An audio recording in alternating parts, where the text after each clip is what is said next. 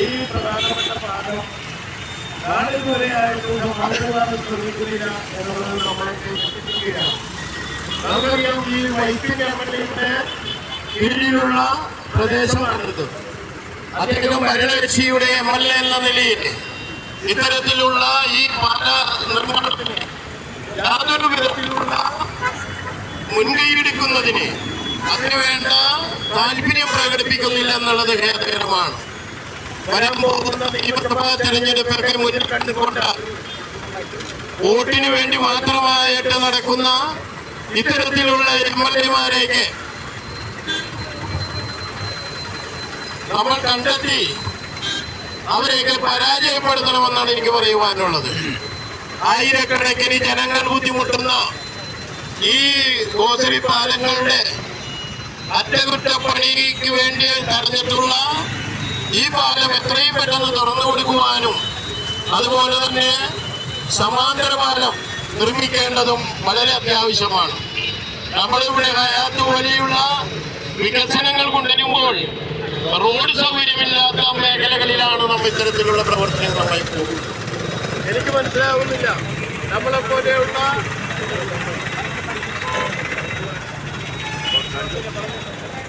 പോലെയുള്ള സാധാരണ ജനങ്ങൾ ഇത്തരത്തിലുള്ള ബ്ലോക്കുമായി ബന്ധപ്പെട്ട് ബോധവാന്മാരാണ്.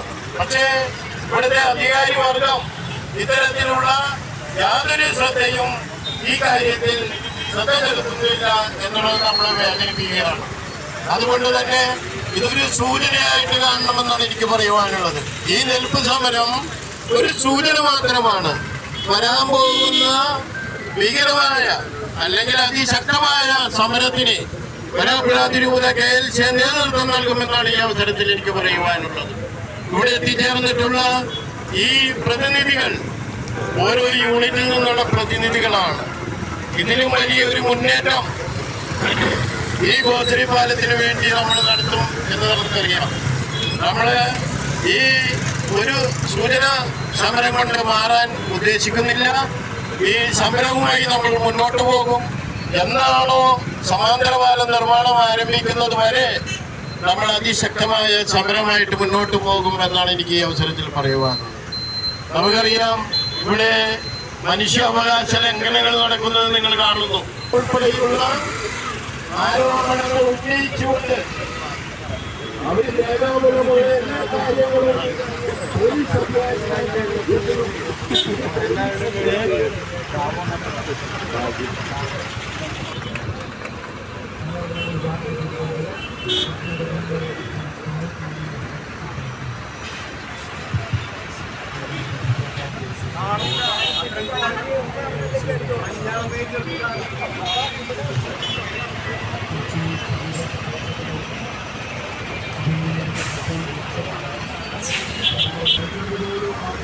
വൈപ്പിൻ മുളവാട് വല്ലാർവാടം നിവാസികളെല്ലാം അനുഭവിക്കുന്ന ഈ ബ്ലോക്ക്, ഈ പാലത്തിലുള്ള ബ്ലോക്കുകൾ, അതാണ് മെയിനായിട്ടുള്ള.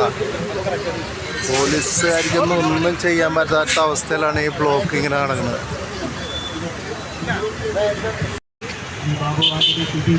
അതുപോലെ ജില്ലാ പഞ്ചായത്തിൻ്റെ vice president advocate MC, Mulavukad ഗ്രാമപഞ്ചായത്തിൻ്റെ വൈസ് പ്രസിഡന്റ് ശ്രീമതി റോസ്, KLCയുടെ ട്രഷറർ NJ പൗലോസ് ഉൾപ്പെടെ നിരവധി KLCയുടെ ഭാരവാഹികളുണ്ട്. ജില്ലയുമായി ബന്ധപ്പെട്ട് പ്രവർത്തിക്കുന്ന ശ്രീ സജി ഉൾപ്പെടെ ഇവിടെ പങ്കെടുത്തുകൊണ്ടിരിക്കുന്ന വിവിധ നേതാക്കളെ, മുളവുകാട്, ബോൾഗാട്ടി, വല്ലാർപാടം ഇടവകയിലേക്ക് പ്രിയപ്പെട്ട പ്രതിനിധികളെ, മറ്റു സുഹൃത്തുക്കളെ, ഈ സമരം യഥാർത്ഥത്തിൽ വിളിച്ചു വരുത്തിയ ഗതാഗതക്കുരുക്ക് ഒഴിവാക്കണമെന്ന് പറഞ്ഞുകൊണ്ടാണ്. സാധാരണ ഗതാഗതക്കുരുക്ക് അപകടങ്ങൾ ഉണ്ടാകുന്നവരും നമ്മൾ പ്രതീക്ഷിക്കാത്ത എന്തെങ്കിലും കാരണങ്ങളുണ്ടാകാം. പക്ഷേ ഇത് വന്നത് മനഃപൂർവ്വം ഉണ്ടാക്കിയിരിക്കുന്ന ഗതാഗതക്കുരുക്കാണ്. ഈ സമയത്ത് മഴയുണ്ടാകുമെന്ന് അറിഞ്ഞുകൊണ്ട് തന്നെ ഒരു പാലം നിർമ്മാണത്തിന് വേണ്ടി അടച്ചിടേണ്ട അവസ്ഥ ഉണ്ടാക്കിയതാരാ? അങ്ങനെ പല ചോദ്യങ്ങളും ഇവിടെ നമ്മൾ ചോദിക്കേണ്ടി വരും. ഉദ്ഘാടകൻ കുറേ കണക്കുകൾ പറഞ്ഞു. ഒരുപക്ഷെ നിങ്ങൾക്കറിയുമോ എന്ന് എനിക്കറിയില്ല. ഇവിടെ 5242.095 കൃത്യം കണക്കാണ്. 5242.095 സെന്റ് ഭൂമിയാണ്, അതായത് 52 ഏക്കറിലധികം ഭൂമിയാണ് ഈ ഗോശ്രീ പാലങ്ങളുടെ നിർമ്മാണത്തിന് വേണ്ടി GR കാണാമാക്കിയത്.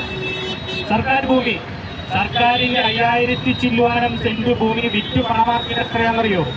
341 കോടി 13,44,000 ചില്ലുവാനം രൂപ. 341 കോടി 13,44,000 ചില്ലുവാനം രൂപ ജിഡയുടെ അക്കൗണ്ടിലുണ്ട്.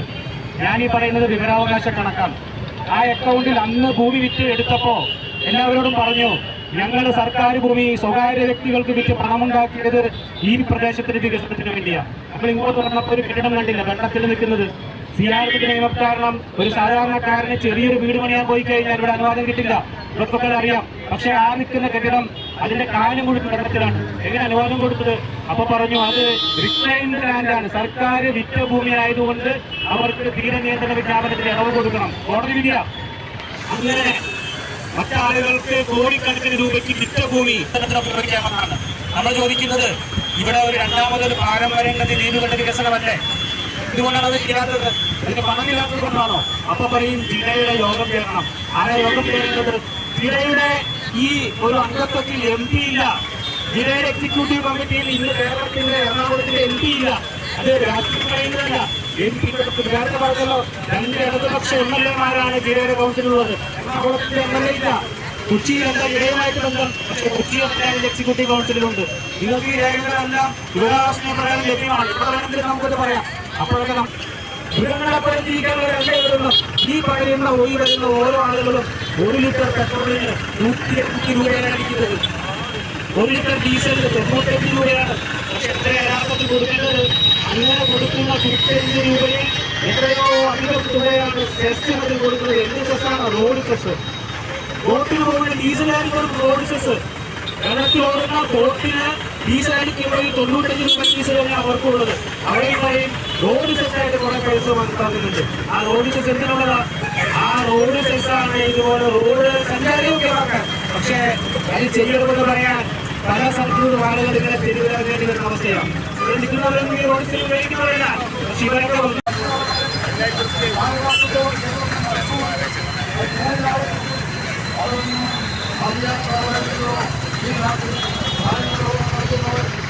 സാധാരണഗതിയിൽ ജൂൺ മാസത്തിൽ ഭക്ഷണം ആരംഭിക്കുന്നുണ്ട്. 3 months ഒരു സംഖ്യയുണ്ട്. അത് വെള്ളത്തിൽ കാര്യത്തിലുണ്ട്, ജലാശയങ്ങളുടെ കാര്യത്തിലുണ്ട്, ധാരാളം കാര്യത്തിലുണ്ട്.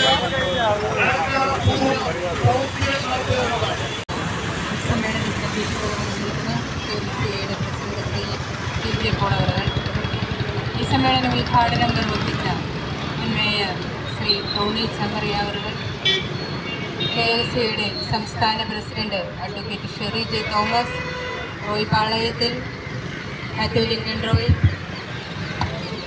ബാബു ആന്റണി, ലിജോ അടക്കം വേദിയിലും വന്നെത്തിയിരിക്കുന്ന ഏറ്റവും ബഹുമാന്യരായവരെ, ഇവിടെ എത്തിയിരിക്കുന്നവർ മിക്കവാറും പേര് തന്നെ ഈ പാലങ്ങൾ പ്രയോഗിക്കാത്തവരാണ്. അവർക്ക് ഇതിലൂടെ നിത്യേന ഗതാഗതം ആവശ്യമില്ല. എന്നാൽ ഈ ഐലൻഡുകളിൽ താമസിക്കുന്നവരുടെ ബുദ്ധിമുട്ടുകൾ മനസ്സിലാക്കിക്കൊണ്ട് KLCA എന്ന സംഘടനയുടെ നേതൃത്വത്തിലാണ് ഇവിടെ എല്ലാവരും കാഴ്ചപ്പാടുകളെ കുറിച്ചുമൊക്കെ എനിക്ക് മുമ്പ് സംസാരിച്ചവരൊക്കെ പറഞ്ഞിട്ടുണ്ട്. കേരളത്തിലെ വിവിധ ഭാഗങ്ങളിൽ നിന്നും യാത്ര സുഗമമാക്കുന്നതിനും എളുപ്പമാക്കുന്നതിനും വേണ്ടിയിട്ടുള്ള ഈ 3 പാലങ്ങളിൽ കൂടെയുള്ള യാത്ര നിത്യേന